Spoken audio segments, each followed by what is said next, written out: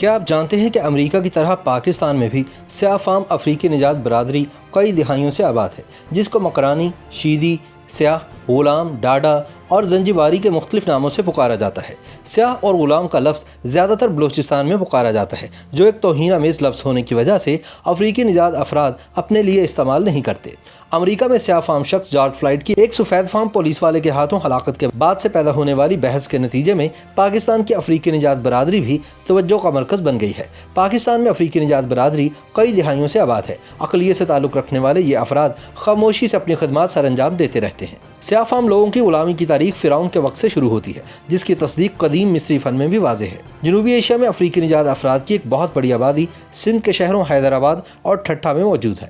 اس علاقے کو لاڑ بھی کہا جاتا ہے اور اس کا شمار سندھ کے زیریں علاقوں میں ہوتا ہے، یعنی وہ علاقے جو سندھ کے شہر کراچی سے نزدیک ہے۔ انہیں زیادہ تر شیدی کے عرف عام سے جانا جاتا ہے، جبکہ اسی برادری سے تعلق رکھنے والے بھی خود کو شیدی کہتے ہیں یا اپنے نام کے ساتھ شیدی لگاتے ہیں۔ اگر تاریخ کو دیکھا جائے تو قدیم زمانے میں افریقی افراد کو جس خطے سے ان کا تعلق ہے اسی نام سے پکارا جاتا تھا۔ ایتھیوپیا سے تعلق رکھنے والوں کو حبشی، بحیرہ مقران سے تعلق رکھنے والوں کو مکرانی، زنجبار سے تعلق رکھنے والوں کو زنجی، یہاں تک کہ کافر اور بابورا بھی کہا گیا ہے۔ ان تمام ناموں میں شیدی آج بھی پکارا جاتا ہے۔ اس طرح برٹش راج کے دور میں بھی بمبئی میں ملکہ کے لیے بحری جہازوں پر کام کرنے والے لڑکوں کو شیدی بوائز کہہ کر پکارا جاتا تھا۔ پاکستان میں مقیم افریقی نژاد افراد اپنے لیے سیاہ اور غلام کے علاوہ کافر کا لفظ بھی استعمال نہیں کرتے، کیونکہ پاکستان میں بھی اس طرح کا تاثر بنا ہے، جس کے نتیجے میں طالبان کی طرف سے کیے جانے والے حملوں کے ڈر سے شیدی برادری سے تعلق رکھنے والے لوگوں نے خود کو عرب یا مسلمانوں کی ہی ایک شاخ بتایا تاکہ وہ ظلم و ستم کا نشانہ بننے سے محفوظ رہیں۔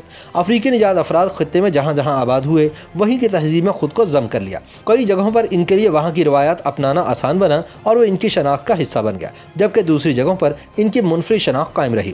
سندھ اور گجرات میں ان روایات کو اپنانے کا تدارک ایک طرح سے ہوا کہ شیدی کہلائے جانے والے افراد ایک الگ طبقے میں شامل ہوئے اور اپنی شناخت بنا پائے۔ دوسری جانب تاریخی مکران کے ساحلی علاقوں میں ایک دوسرے طبقے میں شامل ہو گئے۔ ریسرچرز کے مطابق سندھ میں افریقی نژاد افراد کو شیدی کہا جانے لگا اور وہ سروائل ذات کا حصہ بننے کے باعث اپنی جگہ بنا سکے۔ مکران کے سماجی ڈھانچے میں 3 بنیادی خاندان تھے۔ حکمران خاندانوں سے گجکی، بلیدا، ہوت اور بزنجو شامل تھے، جنہیں حاکم طبقہ مانا جاتا تھا، اور پھر مڈل کلاس طبقہ تھا جن کو صرف بلوچ کہتے تھے۔ ان میں زمیندار اور مویشیوں کا کام سنبھالنے والے تھے۔ غلامی کے خاتمے کی تحریک کے بعد کئی بڑے شیدی مبصر اور دانشور سامنے آئے، جن میں سے ایک بڑا نام سندھی دانشور محمد صدیق مسافر کا تھا، جس کی وجہ سے شیدی تحریک اور اصلاح کا آغاز ہوا۔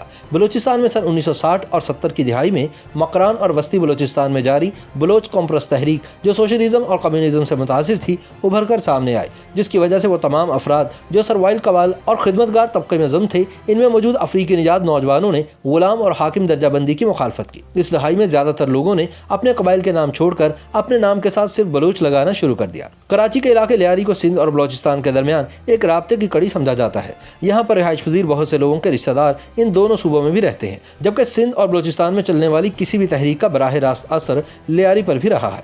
برٹش دور میں بھی کئی ایسے سیاسی نمائندے سامنے آئے جن کے خاندان کے افراد کی جڑیں افریقہ سے ملتی ہیں یا ان کے آباء و اجداد وہاں سے ہجرت کر کے کراچی اور پھر لیاری میں آباد ہوئے۔ برٹش دور میں کراچی کے میئر اللہ بخش قبول کی والدہ افریقی نژاد تھیں، جبکہ انہوں نے خود ایک شیدی خاتون سے شادی کی۔ ان کے وکالت سے منسلک بیٹے عبدالستار سن 1970 کے انتخابات میں لیاری سے پاکستان پیپلز پارٹی کی نشست پر منتخب ہوئے۔ سن 1989 میں کراچی شہر کی آبادی میں تقریباً 3.5 لاکھ بلوچ بستے تھے۔ ان میں سے سیاہ رنگت کے کہلانے والوں کے پاس ساحل میں کام کرنے کے علاوہ زیادہ معاشی مواقع موجود نہیں تھے۔ آج بھی کراچی میں آباد شیدی قبیلہ اپنی منفرد تہذیب و ثقافت کا امین بھی ہے، مگر مان ڈھول کی تھاپ پر افریقی زبان سواحلی میں ہر سال ناچتی گاتی ریلی منگو پیر کے علاقے سے ہر سال نکالی جاتی ہے۔ اس میں ہر ایک شخص کا منفرد انداز دیکھنے کو ملتا ہے، جہاں بچے سر پر لال دوپٹے سے ڈھکی ہوئی تھالیاں اٹھائے اور سجاوٹ کا سامان پکڑے سب سے آگے موجود ہوتے ہیں، وہیں بزرگ اور خواتین 6 سے 8 فٹ لمبے علم اٹھائے اللہ کا نام لیے جھوم رہے ہوتے ہیں۔ کراچی میں منگو پیر کے علاقے میں موجود شیدی گوٹ سے میلہ شروع ہو کر سخی سلطان کی درگاہ تک پہنچتا تھا۔ شیدی میلے کا انعقاد 4 گھرانوں کی ذمہ داری تھا، جن میں حیدرآبادی، کھارادری، لاسی اور بیلرا گھرانے شامل ہیں، جبکہ مختلف علاقوں میں قمبرانی اور بلالی کے نام سے بھی اس کا انعقاد کیا جاتا ہے۔ لیکن بدلتے حالات کے تناظر میں اب شیدی برادری گھرانوں کے تصور سے باہر آنا چاہتی ہے۔ YouTube پر گوگلی نیوز دیکھنے کے لیے youtube.com کی سرچ بار میں googly news T V type کریں۔ گوگلی نیوز کے پیج پر سرخ رنگ کے سبسکرپشن والے بٹن پر کلک کرنا نہ بھولیے۔ YouTube پیج پر اپلوڈ ہونے والی ویڈیوز سے باخبر رہنے کے لیے بیل آئیکن پر کلک کیجیے۔ آپ کو ہر نئی ویڈیو کے بارے میں نوٹیفیکیشن موصول ہو جائے گا۔